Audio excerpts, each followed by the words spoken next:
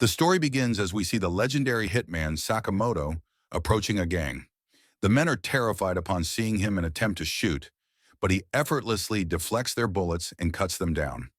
Another group of gangsters arrives, but Sakamoto skillfully dodges their bullets and takes them all out. He was feared by everyone, and many hitmen admired him. One day he meets a girl named Ya and instantly falls in love. Choosing to retire, he starts a family with her, but gains weight over time. We see Sakamoto in his store, watching a boy play with his bow. The boy misses the target and bends to pick up his arrow, but the ink in his bag spills onto a man's clothes. The man gets angry and threatens to kill the boy, but Sakamoto stops him, imagining himself stabbing the man in the neck. However, in reality, the man just finds him creepy and leaves. The boy thanks Sakamoto for helping, but a psychic hitman named Shin, who knows Sakamoto thought about killing the man, introduces himself. Sakamoto contemplates attacking Shin, but Shin freaks out, telling him to stop killing people in his mind. Shin reminds Sakamoto that they once worked together and realizes he now runs a family business. He urges Sakamoto to return, but Sakamoto insists he's retired. Shin questions why he abandoned his reputation, but Sakamoto casually eats noodles, making Shin realize he has changed since he once only ate field rations. Shin prepares to smoke, but Sakamoto swiftly cuts his cigarette, pointing at a no-smoking sign, proving he hasn't lost his touch. Suddenly, a man calls Sakamoto, asking for help. Shin assumes it's a hit job, but the man just needs help trimming a tree. Sakamoto completes the task with incredible speed. As Shin watches him help the townspeople, he realizes Sakamoto is no longer the man he once was and tells him he looks ridiculous. Shin prepares to leave, noting he hasn't seen Sakamoto in 5 years, but still admires him and wants to work with him again. Shin then receives a call from his boss, who asks if he convinced Sakamoto to return. When he admits failure, his boss orders him to kill Sakamoto. Shin hesitates, but his boss reminds him that no one leaves the gang. If Shin refuses, someone else will be sent to do the job. Left with no choice, Shin contemplates Sakamoto's fate, knowing other hitmen will come if he doesn't act. Deciding that if his idol must die, he should be the one to do it, Shin prepares for the next day. Shin visits Sakamoto, urging him to leave town, but suddenly pulls out his gun and attempts to shoot him. However, Sakamoto spits out a candy, causing it to collide with the bullet, making Shin miss. Sakamoto suddenly vanishes, leaving Shin puzzled as to why he can't read his mind. Sakamoto, hiding, launches another candy at Shin, who fires again, but Sakamoto throws a cream puff at his head before appearing behind him and delivering a powerful kick. As Shin falls, he regrets thinking he could ever kill his idol. When Shin wakes up, he finds Sakamoto's family inviting him to dinner, confusing him with their kindness. He suspects the food is poisoned, but after tasting it, he realizes it's delicious and reminds him of Sakamoto. Feeling an unfamiliar warmth, he understands that Sakamoto quit to protect his family. Grateful, Shin thanks Sakamoto, who points to a sign inviting him to return. Later, Shin reports to his boss, who berates him for failing to kill Sakamoto. He pleads for Sakamoto's life, citing his family, but the gang laughs as the boss insists Sakamoto must die for abandoning his duties. Desperate, Shin offers his own life in exchange. The boss agrees but secretly plans to kill Sakamoto anyway. Realizing the deception, Shin draws his gun, prompting the boss to order his men to attack. As gunfire erupts, Sakamoto listens in, sensing Shin's danger, and unlocks his secret armory. Meanwhile, Shin takes cover, firing back, but an enemy sneaks up on him, only to be taken out instead. Another gangster readies a rocket launcher, but Shin predicts his move using his psychic abilities and evades just in time. The gangsters, aware of his limited mind-reading range, keep their distance. Shin fights desperately, runs low on ammo, and takes a bullet to the leg, collapsing. Just as the gangsters prepare to finish him, Sakamoto arrives. The boss orders everyone to kill him, but Sakamoto effortlessly stops their bullets with chopsticks before overpowering them. Despite relentless gunfire, he deflects bullets and takes them down with pens. Charging forward, he crushes a man's gun with his bare hands and knocks him out, leaving the boss terrified. Realizing he's in grave danger, the boss orders his bodyguards to fire together, But Sakamoto swiftly closes the distance and slices his gun. And after finishing them off, Shin wonders how Sako knew he was there. Sako then reveals that he planted a bug in his gun, making Shin realize that nothing escapes his notice. Sako mentions that he needs to leave town, but instead he hands Shin an apron, offering him a job at the convenience store for 800 yen per hour. Later, we see Shin working at the shop when A enters and compliments how the apron suits him. Noticing an old lady struggling to find an item, Shin uses his powers to assist her. Meanwhile, Sakamoto's daughter Hana realizes he truly is psychic. The boy asks if he's enjoying the shift, and Shin admits it's better than his previous job. Curious, the boy inquires about his former occupation, but Sako threatens to kill Shin if he reveals the truth. So Shin simply states he was a cleaner before continuing to serve customers. The next day, Shin recalls the battle with the gangsters, telling Sakamoto he defeated them all with a single blow. However, Ya grows upset, suspecting he's returned to being a hitman. Shin quickly clarifies that he didn't kill anyone, ensuring his attacks were non-lethal.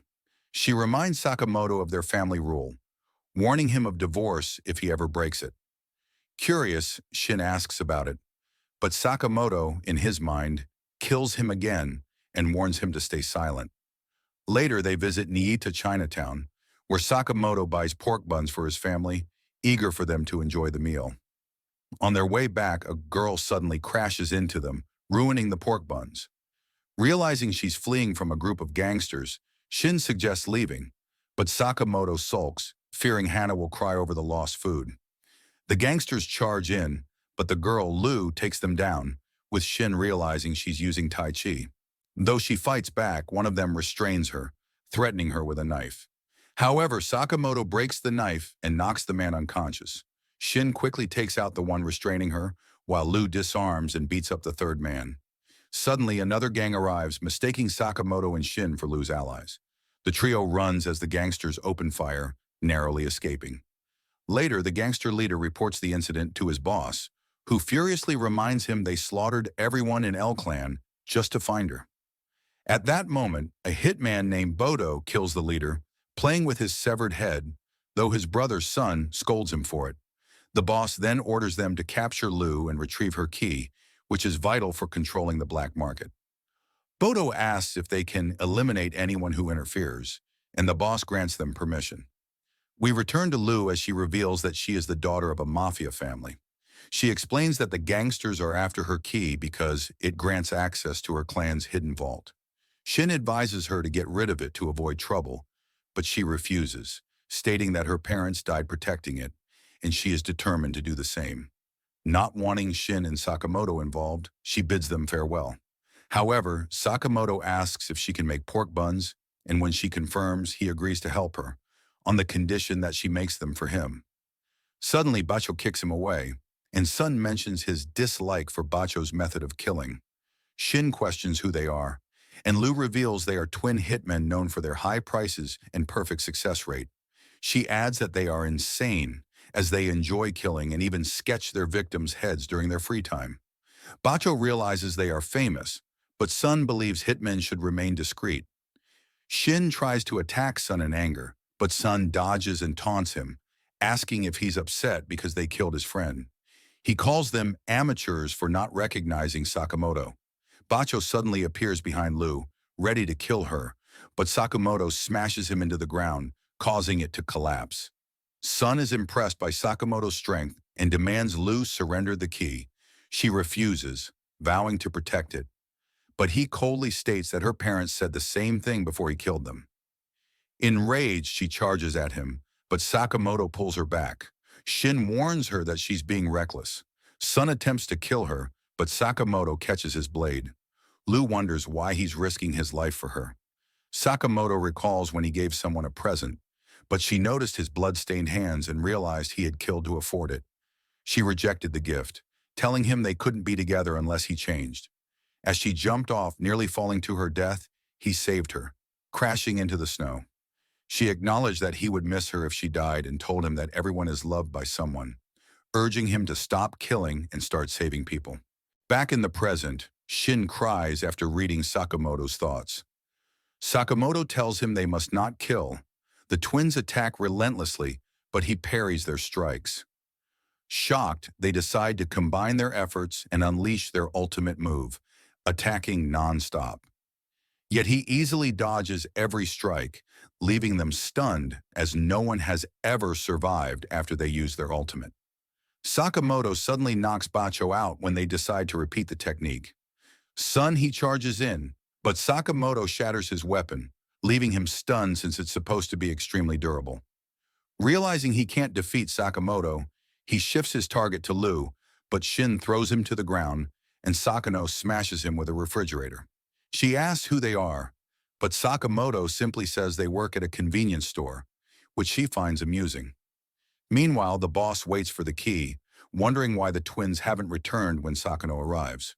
The boss realizes he defeated the twins, and Lu threatens to kill him. He begs for his life, but she beats him up since he killed her parents. Shin believes he deserves another beating, but Sakamoto stops him mentally, telling him to stay out of it. Lu feels she's done enough, recalling her father's words about not killing people. They use her key to open the vault, finding it filled with treasures. Shin notes the presence of odd items and reads a notebook revealing it contains the clan head's most treasured belongings.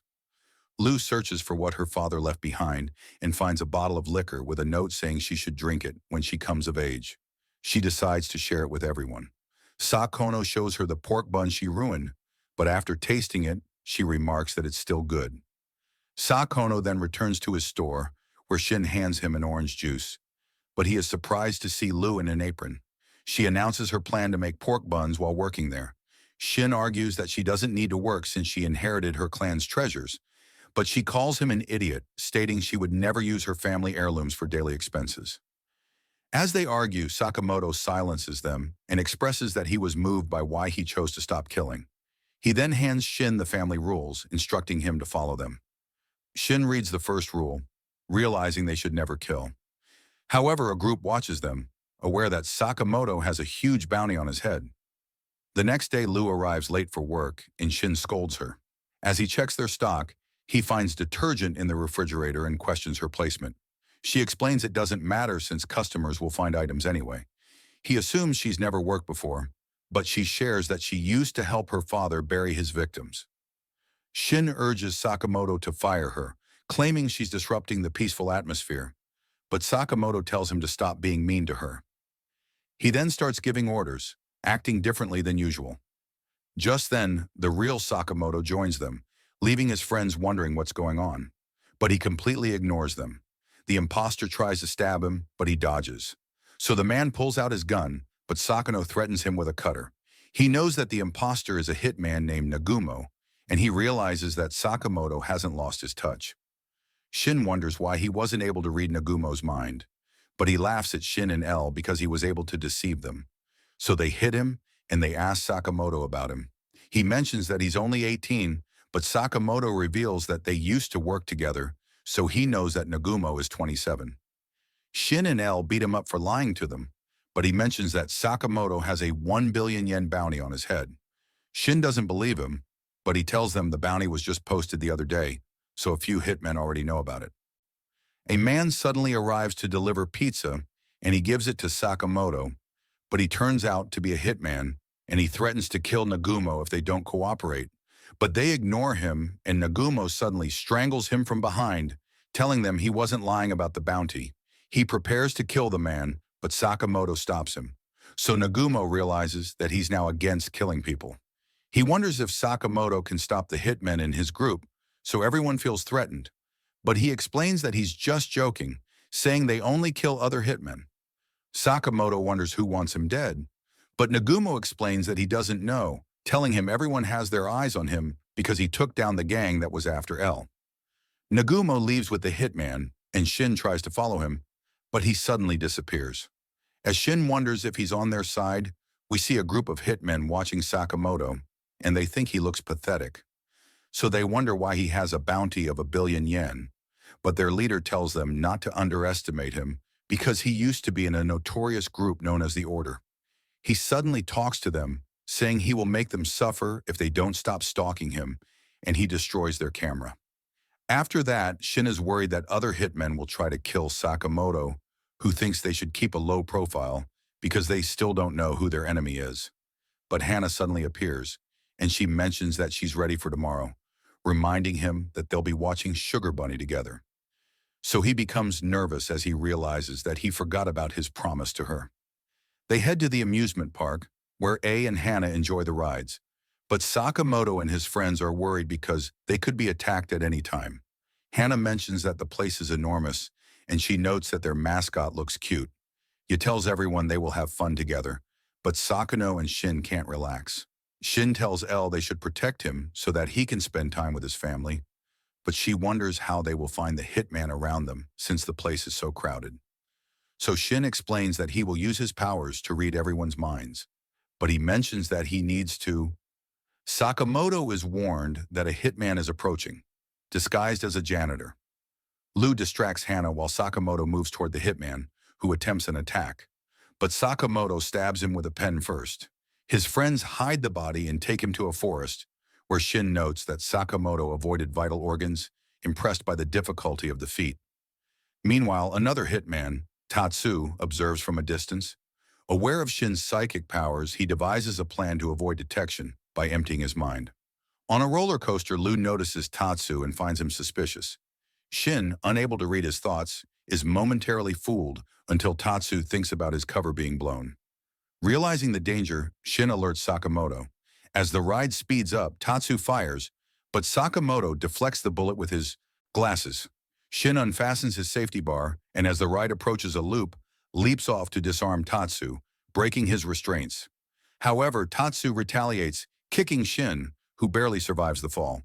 Preparing to fight, Shin struggles to read Tatsu's mind. Spotting the roller coaster approaching, he jumps, but Tatsu hurls knives at him. Despite trying to dodge, his leg is hit, and he starts feeling the effects of poison. Tatsu declares him doomed, but Shin refuses to give up. Tatsu remarks that Shin and Sakamoto share fearful eyes, claiming fear of death makes them weak. He argues that Shin could have dodged if not afraid to die. However, Shin counters that Sakamoto's fear stems from his desire to protect his family, explaining that people fight harder when defending something. Tatsu notes that Shin is blinded by the poison. As the roller coaster nears again, they jump. Shin lands on it and grabs Tatsu, attempting an attack, but Tatsu resists. Realizing he's in trouble, Shin reads everyone's minds, discovering Sakamoto is at the Sugar Bunny show. He leaps off with Tatsu, crashing into the tent, angering a performer. Tatsu threatens him, but the Sugar Bunny intervenes. It's Shin, ready for round 2. Tatsu, confident in Shin's weakness due to blindness, is surprised when Shin lands a punch. The audience, thinking it's part of the act, cheers. Tatsu attacks with knives, but Shin counters with a powerful kick. Wondering how Shin can see, he remains unaware as Ye talks to Sakamoto, misinterpreting his silence as enjoyment of the show. He realizes that Shin is receiving instructions while watching the fight. Yu is getting overwhelmed and wonders why Shin can predict his every move. He manages to tear the costume but notices that Shin's eyes are shut.